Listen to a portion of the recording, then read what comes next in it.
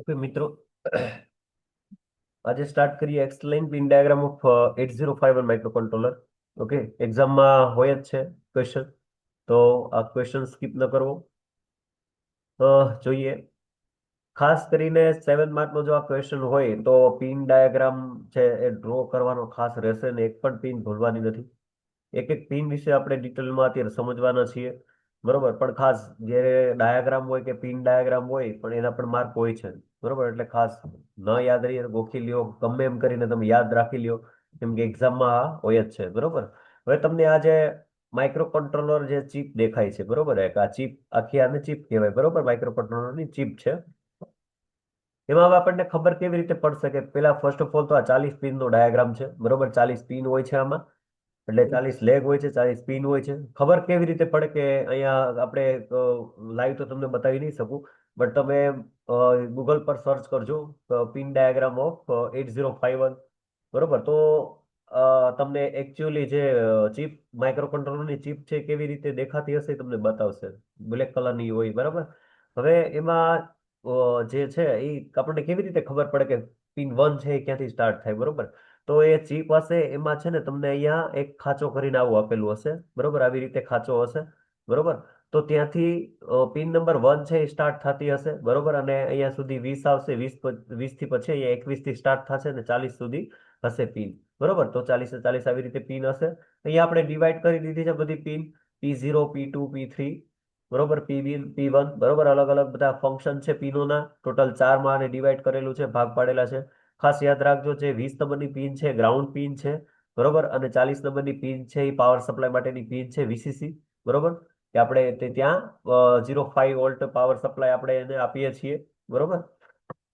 અને જે ટોટલ પિનો છે, બરોબર, એના વિશે બધું આમાં ઇન ડિટેલ આપણે સમજાવેલું છે, બરોબર. તો નીચે મુજબ આપણે ફંક્શન એના જોઈએ. મુખ્ય 4 પિનોની વાત કરવાની છે આપણે આજે. તો ફર્સ્ટ છે આઈઓ પોર્ટ પિન, બરોબર. પછી પાવર સપ્લાય માટેની પિન છે, કંટ્રોલ પિન છે અને ઓસિલેટર પિન છે, બરોબર. તો વાત કરીએ પોર્ટ પિનની. ઓકે, તો પોર્ટ 0 એટલે કે એમાં પોર્ટ P0.0 થી 0.7, બરોબર. એટલે કે 0 થી 7 જે પિનો છે, બરોબર. બતાવી દઉં તમને. 0 થી લઈ અને 7 પિન, બરોબર. અહીંયાથી લઈ P0.0 થી લઈ અને P0.7, બરોબર. એટલે કે વાત કરીએ પિન નંબર 32 થી લઈ અને 39 સુધીની પિનનો આમાં સમાવેશ થાય છે, બરોબર. 32 થી લઈને 39 નંબરની પિન સુધીનો એનો સમાવેશ થાય છે. અને કુલ 8 બીટ બાય ડાયરેક્શનલ પોર્ટ હોય છે, બરોબર. એટલે કે બંને ડાયરેક્શનમાં પોર્ટ હોય છે. અને તેનું મુખ્ય કાર્ય શું છે તો કે ઇનપુટ આઉટપુટ પોર્ટ નું છે, બરોબર. ઇનપુટ આઉટપુટ પોર્ટનું જેનું કાર્ય છે. એક્સટર્નલ મેમરી જોડાય છે આમાં, બરોબર. અને lower order address data bus AD0 થી AD7 તરીકે કાર્ય કરે છે. પોર્ટ 0 માટે એક્સટર્નલ પુલ અપ રજિસ્ટરની જરૂર છે, કેમ કે જ્યારે આ પોર્ટને આઉટપુટ તરીકે લેવામાં આવે છે, બરોબર, આઉટપુટ તરીકે ઉપયોગમાં લેવામાં આવે ત્યારે પુલ અપ રજિસ્ટર જોડવામાં આવે છે. અને લોજિકને હાઈ લઈ જવા માટે એનો ઉપયોગ થાય છે ખાસ કરીને, બરોબર. હવે આ પોર્ટનું સેકન્ડરી કાર્ય શું છે તો કે જ્યારે જ્યારે આપણે બાહ્ય મેમરીનો ઉપયોગ થાય, બરોબર, ત્યારે આ પોર્ટમાં multiplication lower order address data bus તરીકે એમાં ઉપયોગ થાય છે. તો ખાસ કરીને જે એનું સેકન્ડરી કાર્ય છે અને ખાસ એનું જે કાર્ય છે ક્યારે ઉપયોગમાં લેવાય છે એ ખાસ તમને લખવાનું રહેશે, એક્ઝામમાં ક્વેશ્ચન પૂછાય ત્યારે. ઓકે, એએલઈ પિન પરથી નક્કી થાય છે કે પોર્ટ 0 એડ્રેસ છે કે ડેટા છે, બરોબર. એએલઈ જો 0 હોય તો પોર્ટ 0માં D0 થી D7 એટલે કે ડેટા હશે. અને જો એએલઈ 1 હોય, બરોબર, તો પોર્ટ 0માં D0 થી D7 એટલે કે એડ્રેસ હશે, બરોબર. તો એટલું યાદ રાખીએ, એએલઈ 0 હોય, બરોબર, ત્યારે ડેટા હશે. અને એએલઈ 1 હોય ત્યારે એડ્રેસ હશે, બરોબર. એક્ઝામ્પલ તરીકે આનો આનો ઉપયોગ ઇનપુટ આઉટપુટ ડિવાઇસ અને એક્સટર્નલ રેમ રોમમાં થાય છે, બરોબર. પોર્ટ 1ની વાત કરીએ. આજે જે જે પણ પ્રકારના ચારે ચાર પોર્ટ છે, બરોબર, એની વિશે આપણે વાત કરવાની છે, બરોબર. આ તે આપણે પોર્ટ 0ની વાત કરી, પોર્ટ 1ની વાત કરું છું હવે. તો પોર્ટ 1 જે છે એ P1.0 થી લઈને P1.7, બરોબર. એટલે પિન નંબર 1 થી 8 છે, બરોબર. એ તમે જુઓ, પિન નંબર 1 થી 8 વાત કરીએ છીએ આપણે P1 પોર્ટની, બરોબર. તો તેમાં 8 બીટ ઇનપુટ આઉટપુટ પોર્ટ કહેવામાં આવે છે, 8 બીટ. ઇનપુટ આઉટપુટ પોર્ટ કહેવામાં આવે. તેનું મુખ્ય કાર્ય ઇનપુટ આઉટપુટ પોર્ટ તરીકેનું છે, બરોબર. અને કોઈ અલ્ટરનેટ ફંક્શન નથી આનું, બરોબર. અને ઇન્ટરનલ પુલઅપ રજિસ્ટર હાજર હોય છે આમાં. વાત કરીએ આના ખાસ ઉપયોગની, તો કે એલઈડી છે, રિલે છે, સ્વિચ છે વગેરે તરીકે આનો ઉપયોગ થાય છે.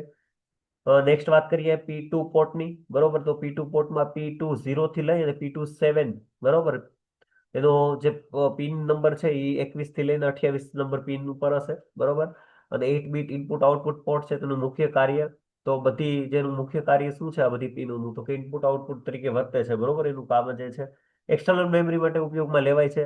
હાઈ ઓર્ડર એડ્રેસ બસ માટે 8 થી A15 તરીકે કામ કરે છે. અને ઇન્ટરનલ પુલઅપ રજિસ્ટર આમાં હાજર છે.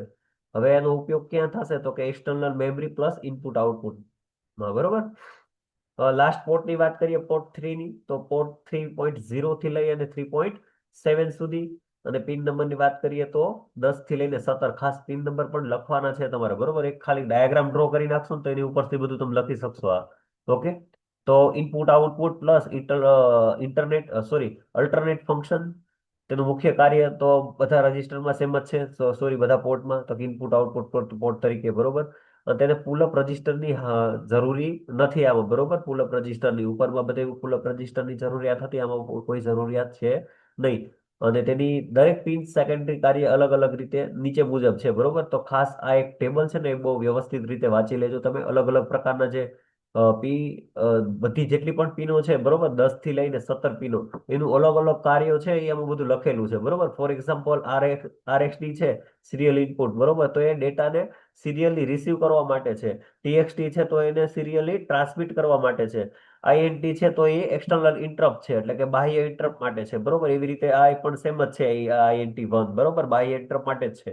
પછી T1 ને T0, તો એ ટાઈમર 0 ઇનપુટ છે ને ટાઈમર 1 ઇનપુટ છે, બરોબર. જ્યારે પણ બાહ્ય પલ્સની ગણતરી કરવા માટે, એટલે કે કાઉન્ટર તરીકે આમનું T0 નો ઉપયોગ થાય. અને આ પણ સેમ છે, T1 છે, બરોબર. પછી રીડ અને રાઇટ સિગ્નલ છે, તો કે બાહ્ય મેમરીમાં જો આપણે કઈ રાઇટ કરવું હોય કે રીડ કરવા માટે એનો ઉપયોગ થાય છે. તો ખાસ આટલી જે વસ્તુ છે એ તમારે ખાસ લખવાની છે એક્ઝામમાં, બરોબર. પોર્ટ 3 બાબતે, પોર્ટ 3 છે એ મહત્વનો ઇનપુટ આઉટપુટ પોર્ટ છે, બરોબર. ઓકે. વાત કરીએ સેકન્ડ પાર્ટની, તો પાવર સપ્લાયની. તો VCC છે જે છે એ 40 નંબરની પિન છે, જ્યાંથી આપણે વોલ્ટેજ આપીએ છીએ, બરોબર. ટોટલ 40 પિન નંબર 40 જે છે એ વોલ્ટેજ સપ્લાય પૂરો પાડે છે. પિન નંબર 40 છે લાસ્ટ પિન છે એ, બરોબર. અને ડીસી સપ્લાય તરીકે વર્તે છે, એટલે કે 0.5 વોલ્ટ આપણે આને આપવામાં આવે છે, બરોબર. એવી રીતે ગ્રાઉન્ડની વાત કરીએ તો ગ્રાઉન્ડની પિન કઈ છે, તો કે 20, બરોબર. કોઈ 21 લખી નથી આવતું, ગ્રાઉન્ડની પિન છે 20, બરોબર. તો 20 નંબરની ગ્રાઉન્ડ પિન છે. અહીં ડીસી સપ્લાય માઇનસ VE છેડો જોડેલો હોય છે, બરોબર. હંમેશા કોઈ પણ સર્કિટ હોય કે કોઈ પણ હોય, બરોબર, એમાં આપણે VCC જે છે, બરોબર, ડીસી સપ્લાયમાં નેગેટિવ છેડો જોડેલો હોય છે, બરોબર. એ ગ્રાઉન્ડ પિન સાથે જોડેલો હોય છે, બરોબર. નેક્સ્ટ પાર્ટની વાત કરીએ, કંટ્રોલ પિન, બરોબર. તો અહીંયા રીસેટની વાત કરીએ તો 9 નંબરની પિન છે એ રીસેટ છે. જ્યારે પણ આપણે કોઈ પ્રોગ્રામ છે કે માઇક્રો કંટ્રોલર છે એને ફરીવાર અથવા તો રિપીટ મારે રિસ્ટાર્ટ કરવું હોય તો હું રીસેટ બટનનો ઉપયોગ કરીશ. 9 નંબરની પિન છે, બરોબર.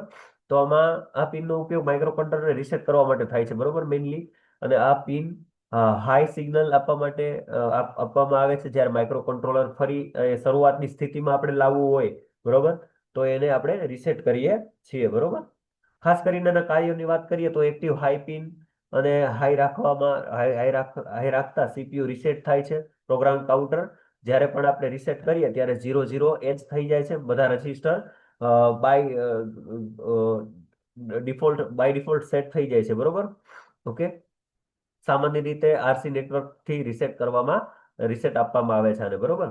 પછી વાત કરીએ AE ની, એટલે કે એક્સટર્નલ એક્સેસ. અને એ પિન નંબર છે 31, બરોબર. હવે જ્યારે AE1 હશે ત્યારે ઇન્ટરનલ પ્રોગ્રામ મેમરી તરીકે વપરાય છે, બરોબર. અને જ્યારે EA0 હશે ત્યારે એક્સટર્નલ પ્રોગ્રામ મેમરી તરીકે વપરાય છે, બરોબર. જો આપણે માઇક્રો કંટ્રોલરની અંદરની મેમરી વાપરવી હોય, બરોબર, તો પિનને હાઈ એટલે કે +5 વોલ્ટ પરથી રાખવી પડે. અને જો બાહ્ય મેમરી એક્સટર્નલ મેમરી વાપરવી હોય તો તેને ગ્રાઉન્ડ 0 તરીકે રાખવી પડે, બરોબર. એ તો સ્વાભાવિક છે, બરોબર, કે 0 રાખવી પડે, બરોબર, ગ્રાઉન્ડ પિનને. હવે ALE ની વાત કરીએ, એડ્રેસ લેચ ઇનેબલ, બરોબર. એટલે કે મેમરી સાથે સોરી, બાહ્ય મેમરી સાથે કામ કરતી વખતે એડ્રેસ અને ડેટા એ બંને અલગ અલગ હોય છે, એટલે કે ડીમલ્ટીપ્લેક્સ કરવા માટે વપરાય છે આનો ઉપયોગ, બરોબર. અને પોર્ટ 0 પરથી એડ્રેસ અને ડેટા અલગ અલગ કરવામાં આવે છે. એએલઈ પિન લેચ અને ઇનેબલ કે ડિસેબલ કરે છે. એએલઈ જે છે એ પિન એનેબલ અને ડિસેબલ કરે છે. અને એક્સટર્નલ લેચ એટલે કે એમાં જે ઉપયોગમાં લેવાય છે 74L S373, બરોબર. આ આઈસી નું નામ છે જે ચલાવવા માટે ઉપયોગી થાય છે, બરોબર. પછી વાત કરીએ પીએસઈ ની, એટલે કે પ્રોગ્રામ સ્ટોર ઇનેબલ. 29 નંબરની પિન છે. બાહ્ય મેમરીમાં જો રોમ માંથી ડેટા વાંચવા માટે આ રીડ આઉટ સિગ્નલ છે. એક્સટર્નલ પ્રોગ્રામ મેમરી વાંચવા માટે ઉપયોગ થાય છે અને એક્ટિવ લો સિગ્નલ પૂરું પાડે છે, બરોબર. લાસ્ટ વાત કરીએ ફોર્થ પાર્ટની, તો ક્લોક જનરેશન, બરોબર. તો માઇક્રો કંટ્રોલરને કામ કરવા માટે હાર્ટબીટ જેવી ફ્રીક્વન્સીની જરૂર પડે છે, બરોબર. એની હાઈ ફ્રીક્વન્સીની જરૂરિયાત હોય છે. તો પિન નંબર 18 અને પિન નંબર 19, જે XTL1 અને XTL2, આ જે બંને ક્વાર્ટઝ ક્રિસ્ટલ ઓસિલેટર પિન જે છે, બરોબર, એની સાથે જોડવામાં આવે છે, જે સિસ્ટમ ને ક્લોક જનરેટ કરે છે. જે સામાન્ય રીતે જે વાત કરીએ આપણે ફ્રીક્વન્સીની, બરોબર, તો એ 12 મેગાહર્ટ્ઝ થી 16 મેગાહર્ટ્ઝ પર કાર્ય કરે છે આ પીનો, બરોબર. ઓકે. તો અહીંયા સુધી હતું. આ જે ક્વેશ્ચન 7 માર્ક નો પૂછાય તો તમારે બધી પીનો વિશે ઇન ડિટેલ આવી રીતે તમારે લખવાનું છે. અને ખાસ કરીને આ પિન ડાયાગ્રામ છે એ વ્યવસ્થિત તમારે ડ્રો કરીને આવવાનું છે. Okay, thank you.